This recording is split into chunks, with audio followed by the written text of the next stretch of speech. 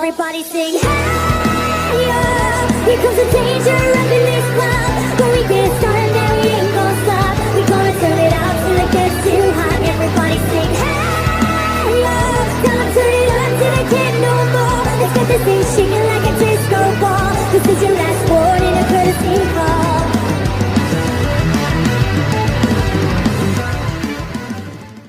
Alright, ladies and gentlemen, welcome back.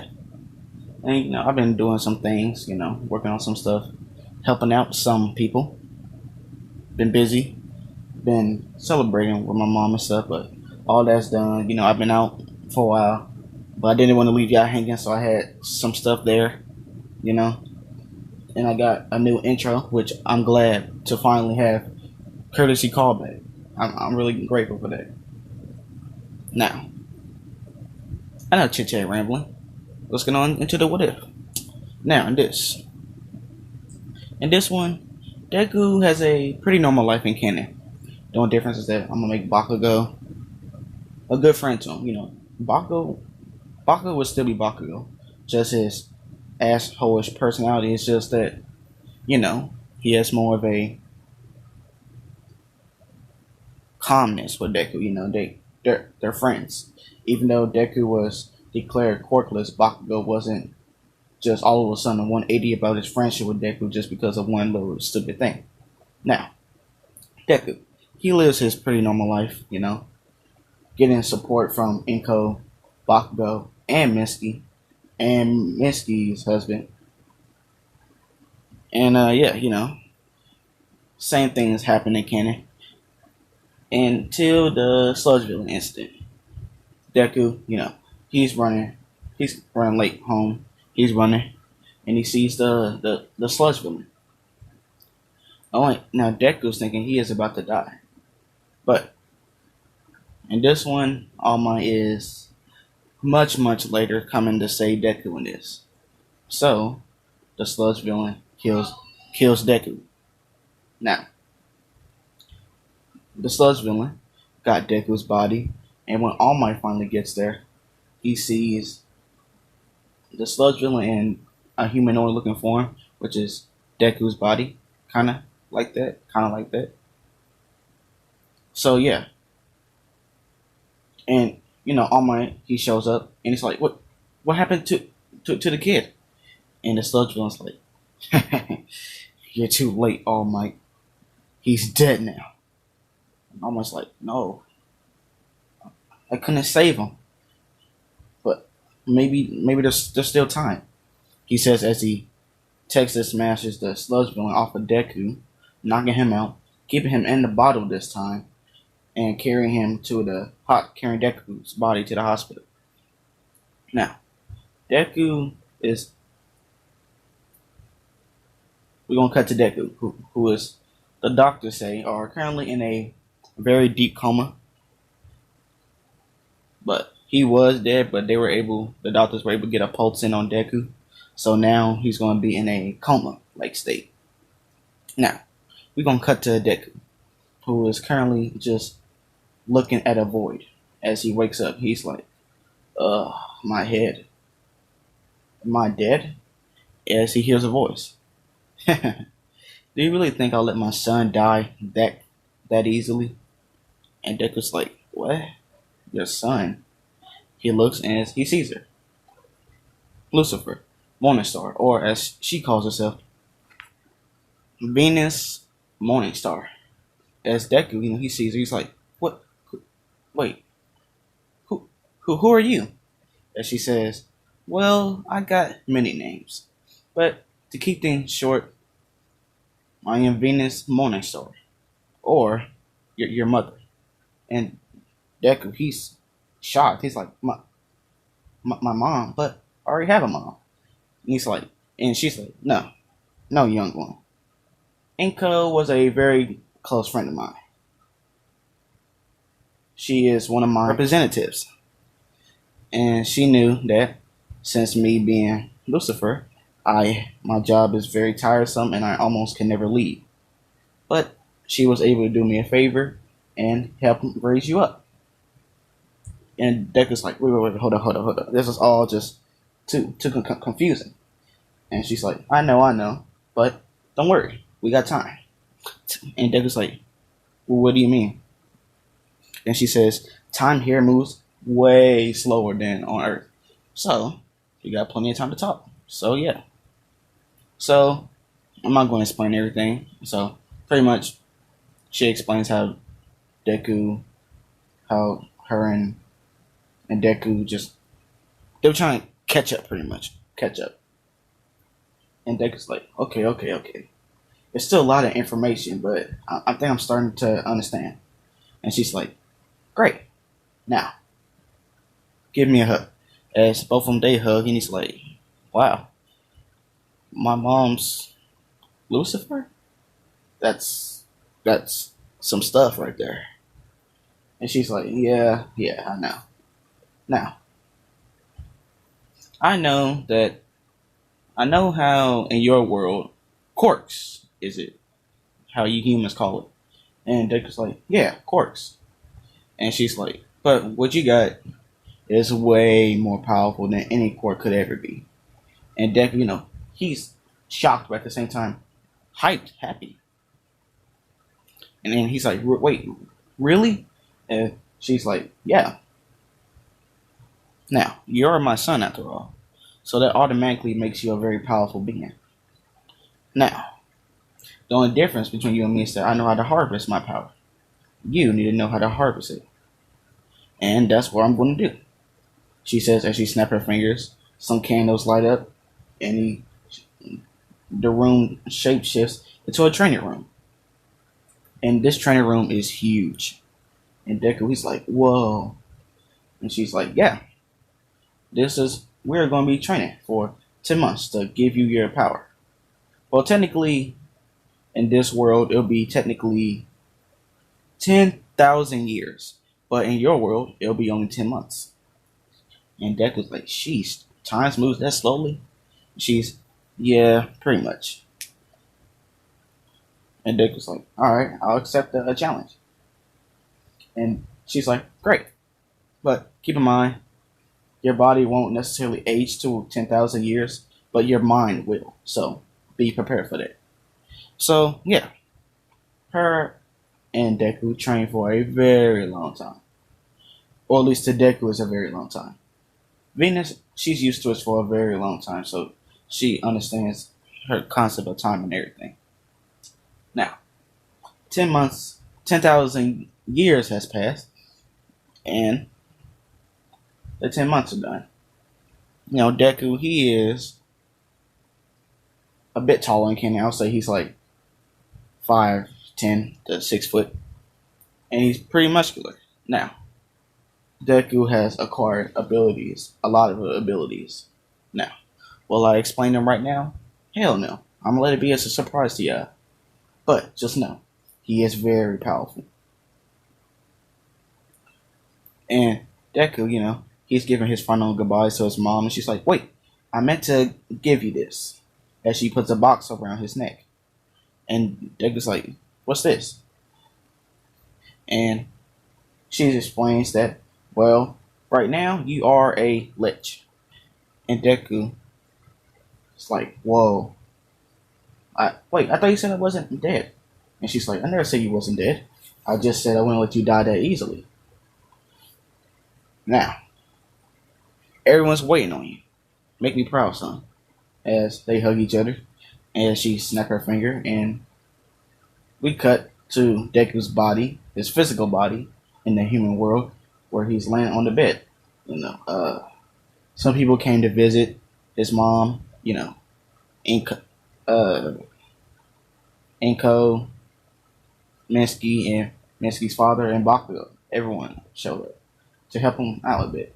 Even All Might came in there from time to time. Even Aizawa and Principal Nezu. Because, it was pretty... All Might was pretty upset about how he thought he killed this kid, but they were able to get a pulse in. So, yeah. So, Deku, he wakes up. And, everyone crying. They give Deku hugs and stuff. And Deku looks at Inko with a very serious face like, Mom, we need to talk when we get home. And Inko's like, Okay. So Inko, she asks the doctor how long does it have to be until Deku leaves, and the doctor says, "Oh, he can leave right now if he wants." And they're like, "All right." So yeah, everyone they go home, and Inko she closed the door. Her and Deku are in the living room, and she's like, "So, what do you want to talk about?" And Deku's like, in the times where I was in a coma, I've met someone." And Inko's like, "Really? Who'd you meet?" "Venus." And Inko's face and everything just kind of changed a bit. And Inko says, "Oh, so you met your real mom, huh?" And Deku's like, "Yeah."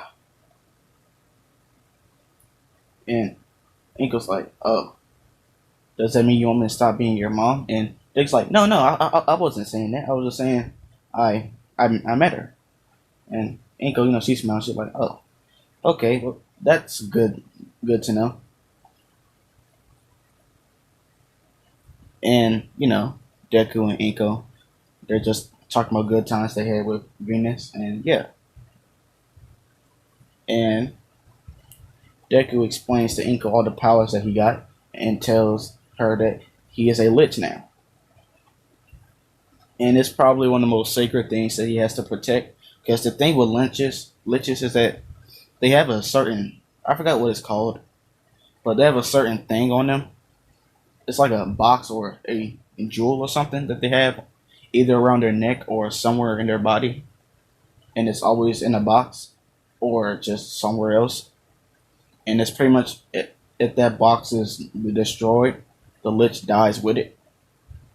It's the same thing with the whole Dylan Hall, where if you destroy the head and the body simultaneously, it will die, pretty much. So yeah. So Inko asked Deku, "So, are you planning on going to UA? The If you want, you can catch up and get to the exams before it ends." And Deku, he's like, "Sure. What time does it start?"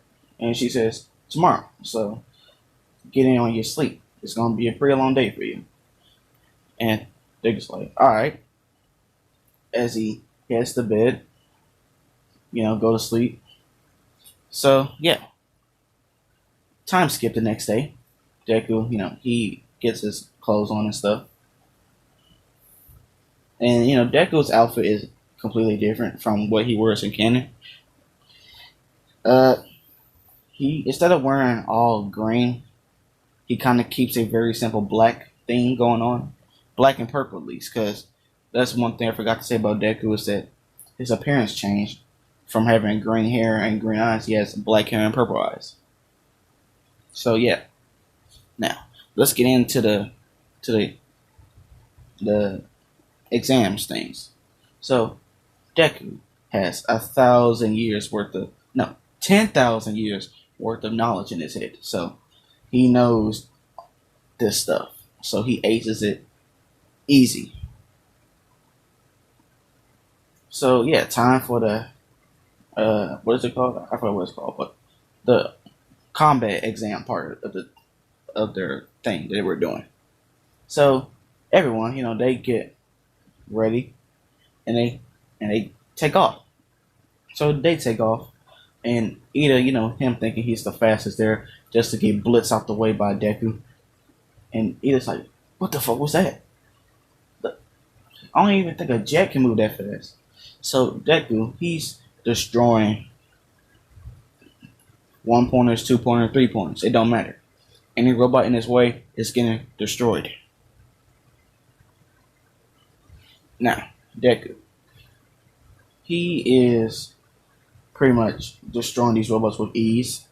And Nezu, they're looking through the booth and they're like, "Wait, is that Izuku Midoriya?" As they look at their records and they're like, "Yeah, it is him. He seems surprisingly much stronger now." And all my, he's glad that Deku's alright. And that's all he's like, I want him in my class.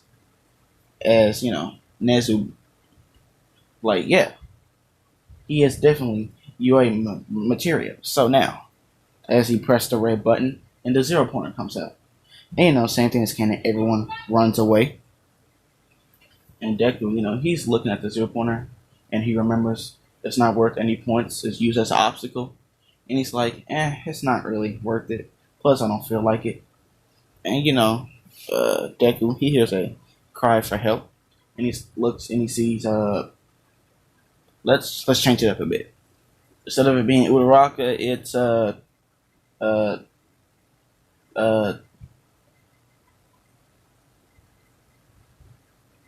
Sue. Why not? Yeah, Sue. So she's there, and she can't really take it off herself. And Deku's like, shit, I gotta help her out. And so Deku, he sees the zero pointer, and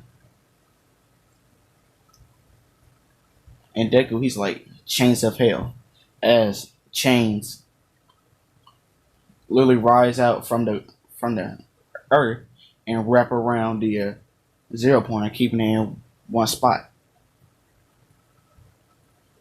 As Deku raises up his hand as a very large, no, he has a bow in his hand, a very big bow that he shoots up into the sky. And after that, he says, "Flames of Purgatory," which is a purple flame that can extinguish anything. So he shoots it up in the air, hitting the giant arrow, and now the arrow is coming back down, moving extremely fast, and it's on fire. And so the arrow strikes down at the ground, or at the zero pointer, as the flames around the zero pointer turn into a giant flaming tornado, as it completely incinerates the zero pointer, leaving everyone shocked. So Deku, he picks up the rocks and get them out the way, pick up Sue, and take her to Recovery Girl. And President Mike says, "Alright, exams is over. Anyone who needs medical attention, go to Recovery Girl," he says as he leaves. So Deku, he says, "So, are you alright?" And she said, "Yeah, I'm fine. Thanks for helping me." Deku's like, "No problem. What's your name?" Suaspi. And he's like, "Oh, okay. Well, I guess I'll see you when you wait in," he says as he disappears in purple flames. And Sue's like, "That's badass." So, yeah.